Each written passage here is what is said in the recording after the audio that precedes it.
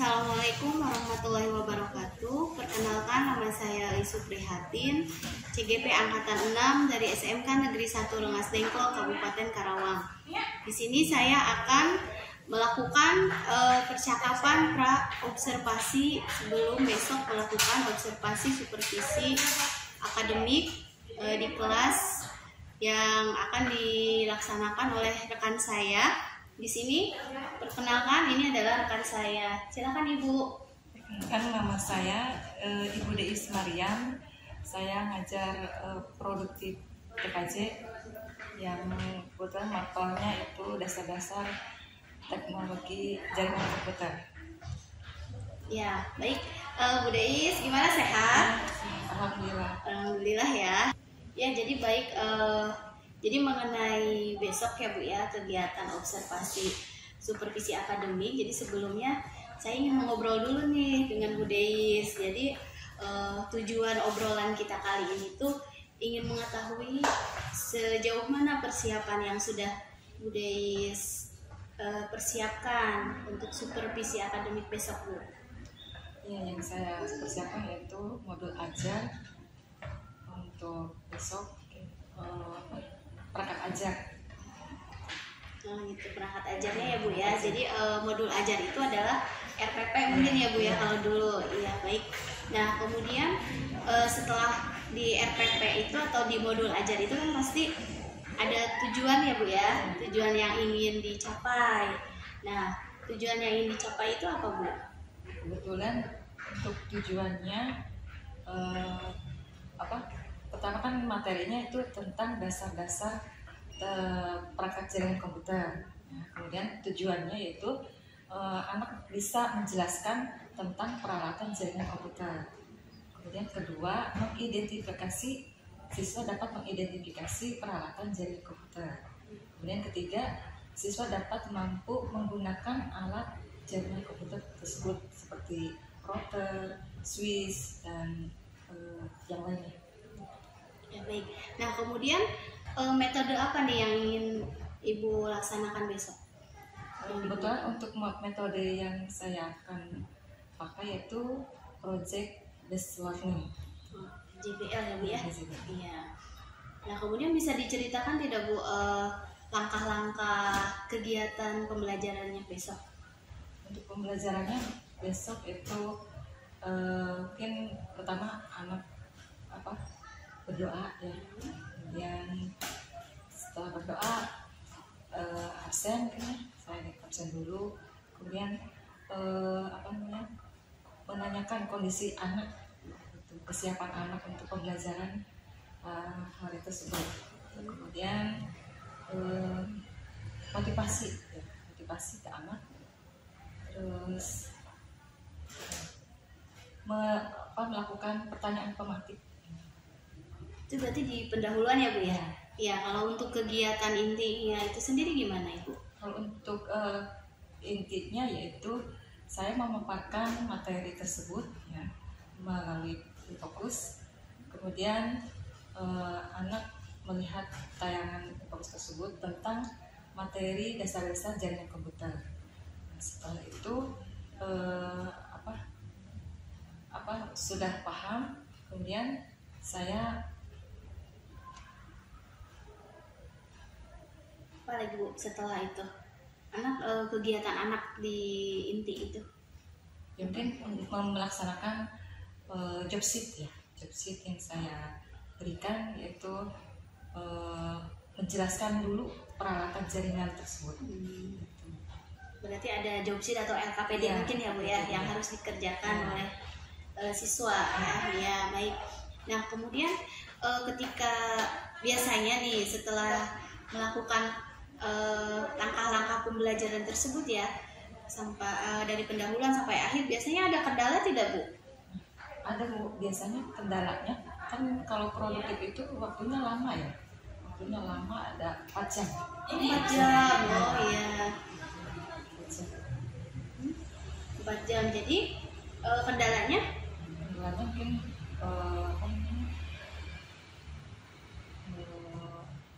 waktunya panjang, terus ya mungkin saya akan memberikan Oh, karena waktunya lama iya. itu ya. Oh, jadi Makanya terlalu lama gitu. Jadi anak boring atau bosen ya gitu. Oh iya, bosan. Iya. Ya, kemudian rencana Ibu apa nih, Bu?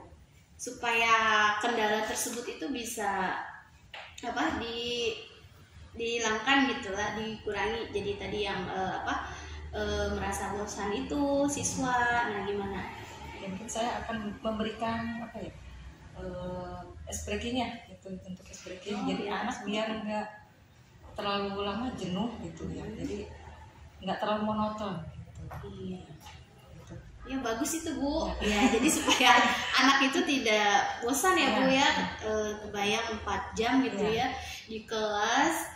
Ya, jadi diselingi oleh ice breaking ya, Bu ya, supaya tidak membosankan. Nah, kemudian ketika Ibu sudah melakukan itu, nah sebagai wujud tanggung jawab Ibu atau komitmen Ibu supaya kedepannya pembelajaran itu akan terus lebih baik, itu apa, Bu? Ya, mungkin saya akan meningkatkan pembelajaran yang lebih baik lagi gitu ya. Contohnya ya mungkin dari hal apa, pemberian motivasi ke anak gitu, kemudian apa namanya, hal-hal yang baik lah gitu. Intinya memberikan apa yang terbaik buat siswa gitu, komitmen. Iya, berarti akan terus menggali potensi Ibu ya, supaya bisa memberikan proses pembelajaran yang baik ya, Bu ya, murid. Iya.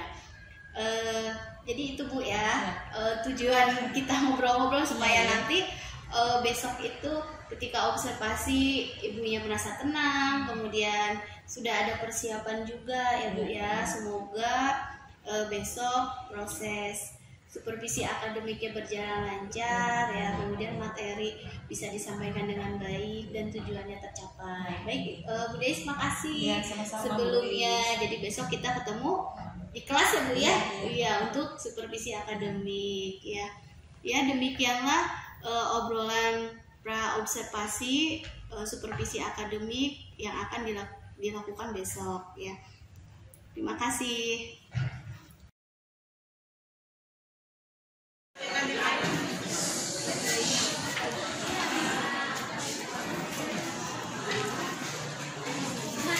Silakan berdoa dulu.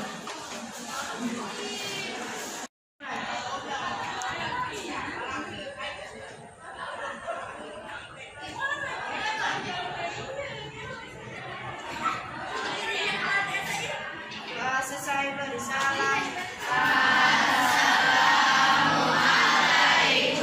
Kabarnya?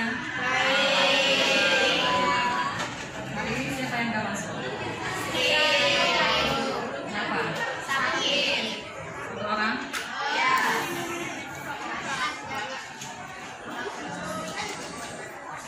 Sudah sarapan?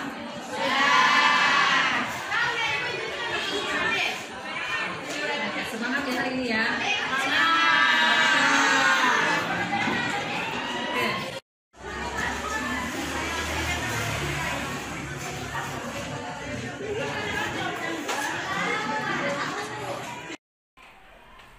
Sebelum ke pembelajaran hari ini, untuk pembelajaran ini itu tentang komponen CPU.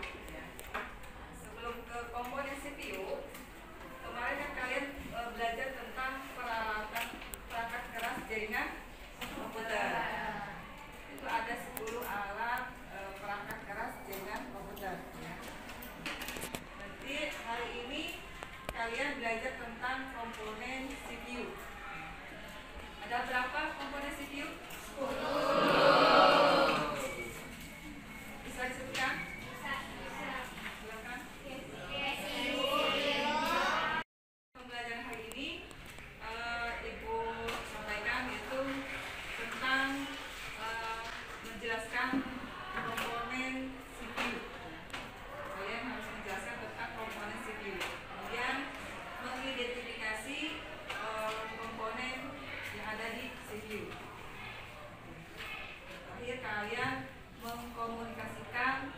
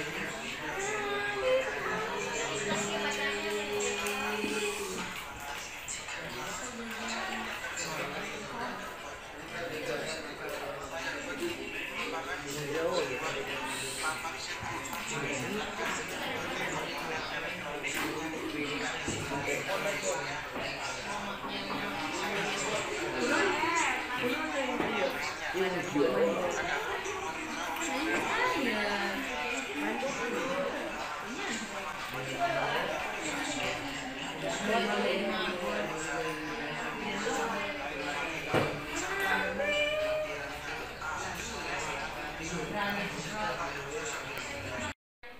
dapat dari hasil mengamati video tersebut. Dari video tersebut, kita dapat mengetahui bahwa ada 10 jenis komponen CPU, yaitu diantaranya ada casing CPU, kedua motherboard, ketiga prosesor, keempat kipas prosesor, kelima RAM, keenam hard disk, ketujuh CD-ROM atau DVD-ROM, kedelapan VGA card atau yang disebut dengan video graphic adapter, yang kesembilan shortcut, dan yang terakhir adalah power supply. Sudah ada 10 ya. Ada lagi? Dari video tersebut ada lagi yang mau utarakan? Tidak? Sampai RAM aja. Dari yang tadi ditonton, casing CPU itu pas tadi dilihat terbuat dari plastik, ada juga yang terbuat dari besi sama lain-lainnya. Terus motherboard itu bagian inti dalam prosesor. Prosesor itu kayak paling kalau nggak ada prosesor nggak bakal nyala gitu tuh. Terus kipas prosesor itu membantu buat prosesornya biar gak panas gitu. Ya, kalau RAM buat menampung data. Di RAM juga ada yang kapasitasnya tinggi, ada yang kesulitan. Baik, itu diantaranya ya tentang komponen CPU. Ada 10 ya. Ada mesin CPU, ada motherboard, ada prosesor, ada kipas prosesor, kemudian ada RAM, ada hard disk, ada VGA card, ada shortcut, ada power supply. Nah, ini aku bagi kelompok ya. Ada 6 kelompok kan ya? Satu kelompok satu mana? Kelompok satu 2 perangkat ya. Pertama, udah. Sekarang ibu bagi kelompok ya. Kelompok satu ibu kasih penugasan ya. Itu peralatan. Ibu kasih dibagi 2 komponen ya. Setiap kelompok ibu kasih 2 komponen ya. Kelompok satu berarti casing sama motherboard. Kelompok satu ya. Kelompok 2 prosesor sama kipas prosesor. Kelompok 3 RAM sama hard disk. Kemudian kelompok 4 PGA sama DVD-ROM. Kelompok 5 shortcut. Kelompok 6 ya terakhir power supply. Silakan kalau kalian cari fungsi sama cara kerjanya dan pengertian. Ya, silakan dicari di Google.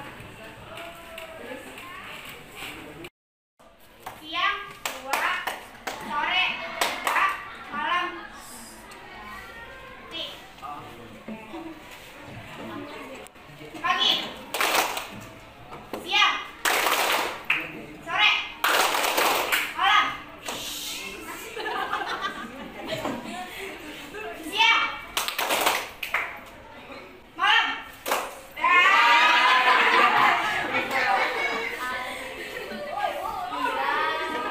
Satu, dua, tiga. Pagi, malam. Ya. Fokus, fokus. Satu, dua, tiga. Sore, siang, malam.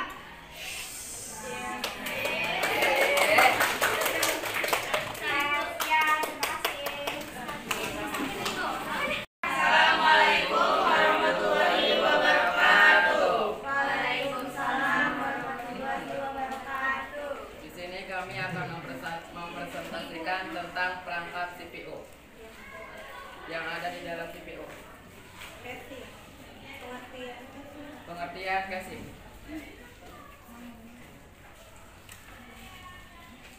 Casing adalah rumah bagi perangkat keras utama komputer Di dalamnya terdapat motherboard dengan prosesor dan memori. Fungsi dan cara kerja casing. Fungsi dan cara kerja casing yaitu untuk melindungi komponen yang ada di dalam CPU.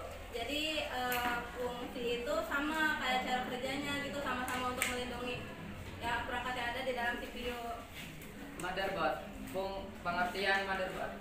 Motherboard adalah papan sirkuit utama di komputer. Komponen ini memungkinkan perangkat-perangkat elektronik penting pada suatu sistem terhubung satu sama lain. Fungsi motherboard. Fungsi motherboard merupakan perangkat keras komputer yang berfungsi sebagai tempat memasang semua hardware yang ada pada komputer. Cara kerja motherboard. Cara kerja motherboard menghubungkan semua komponen untuk CPU dan memberikan kekuatan kepada seluruh komponen.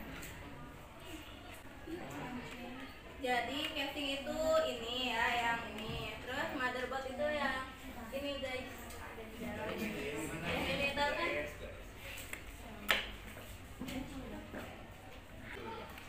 Sekian dari kelompok kami. Wassalamualaikum warahmatullahi wabarakatuh.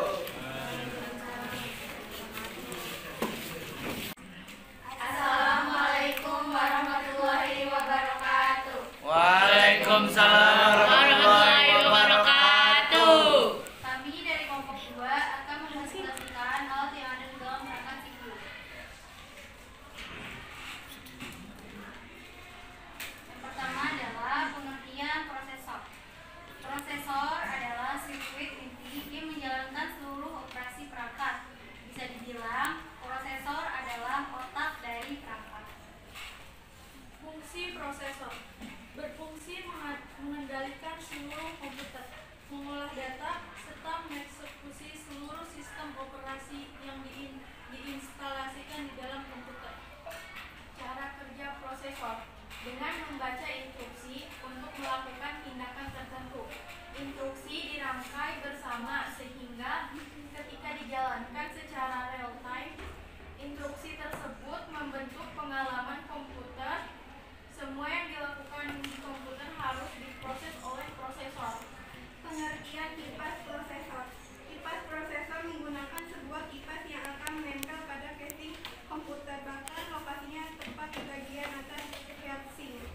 Fungsi kipas prosesor. Konsoler atau kipas pendingin adalah alat untuk menjaga temperatur di dalam seluruh komputer. Kipas pendingin ini dapat membuat seluruh komputer perangkat keras terjaga dengan baik dan tahan lama. Cara kerja kipas prosesor dengan memindahkan panas dari komponen-komponen komputer seperti CPU dan VGA ke udara bebas. Dengan berpindahnya panas dari komponen komputer tersebut, maka kinerja komputer pun akan kembali optimal. Baik, di sini kita akan menunjukkan ini adalah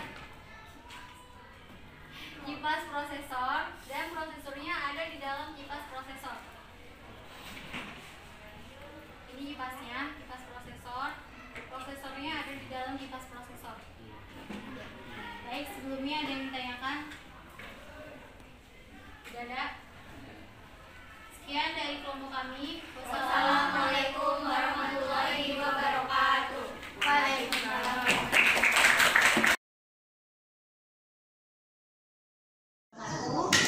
Perkenalkan, nama saya Isuk Prihatin, CGP Angkatan 6 dari Kabupaten Karawang. Di sini saya akan melakukan pembicaraan pasca observasi mengenai coaching. Nah, di sini sudah ada rekan saya, Ibu Deis Mariam. Silakan Bu. Nama saya Ibu Deis Mariam. Saya belajar di Produktif TKJ.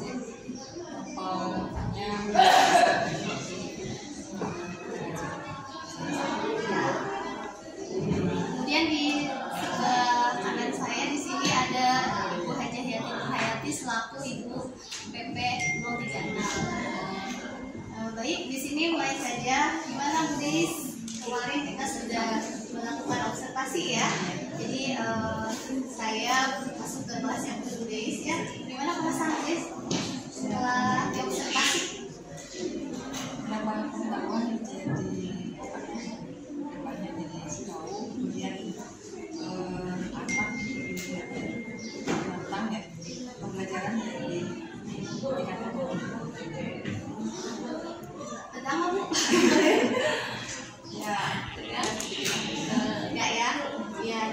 kemarin sudah. Nah kemudian kemarin itu materinya tentang apa Ibu? Untuk materi kemarin itu tentang dasar-dasar teknologi jaringan. Pelajarannya? Kalau untuk tujuannya itu anak menjelaskan tentang alat-alat jaringan, kemudian mengidentifikasi alat tersebut dan mempraktikkan alat jaringan tersebut. Jadi model pembelajaran yang dipilih Modelnya PBM. Terus gimana menurut Ibu ketika Ibu melakukan proses pembelajaran itu sesuai tidak dengan RPP yang dibuat? Sesuai ya. Nah kemudian di sini saya tidak ingin ya hanya melakukan visi saja ya penilaian. Nah proses pembelajaran kemarin Ibu merasa puas pembelajaran yang dilakukan? Alhamdulillah. Ya karena mungkin sesuai dengan modulnya. Kemudian ada kendala tidak Ibu? Kalau untuk pelajaran saya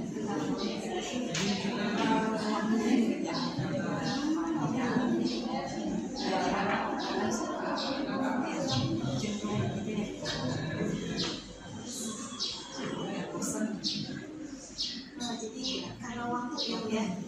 Kalau boleh tahu berapa jam Ibu? 4 jam kali 45 ya. Jadi memang agak ekstra bagaimana caranya supaya itu ya. Nah kira-kira rencana Ibu apa supaya kendala tadi itu bisa teratasi? ya mungkin dikasih apa ya, dikasih ke anak seperti ya bosan. Ya. Kemudian bagaimana bentuk tanggung jawab Ibu supaya hal ini bisa terus konsisten untuk dilakukan? Mungkin untuk meningkatkan pembelajaran lagi di depannya di Terus ada hal lain mungkin Ibu yang ingin Ibu lakukan? meningkatkan pengetahuan bidang komputer.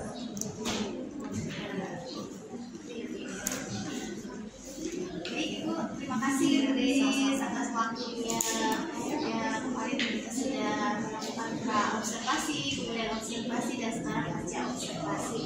Semoga nanti ke depannya Ibu lebih lancar lagi dalam proses pembelajarannya, kemudian tadi kendala-kendalanya juga bisa teratasi ya.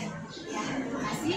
Demikian obrolan pasca observasi teknik coaching yang sudah saya lakukan. Terima kasih. Assalamualaikum warahmatullahi wabarakatuh.